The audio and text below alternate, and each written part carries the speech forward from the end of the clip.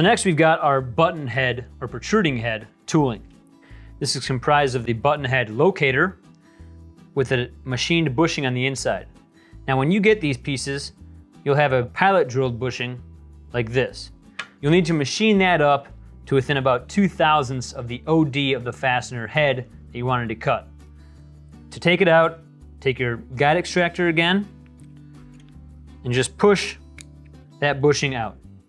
You want to mic the outside diameter of the fasteners, bring this over to your machinist and have him or her ream this up to the proper size. To install, simply put it back in. You want to make sure that the flush side is out. Push it into place. This is our button head adapter and guide. Again, the guide is the colored part, the adapter is the orange part. To change out this guide, put our guide extractor in, push it out. To put a new one in, simply clip him back into place.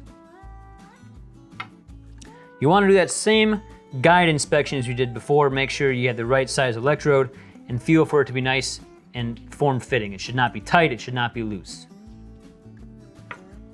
Again, we've got our button head locator, we've got our button head adapter and guide. Again, cup and code and fit, so there's no mix-ups, and you're ready to rock.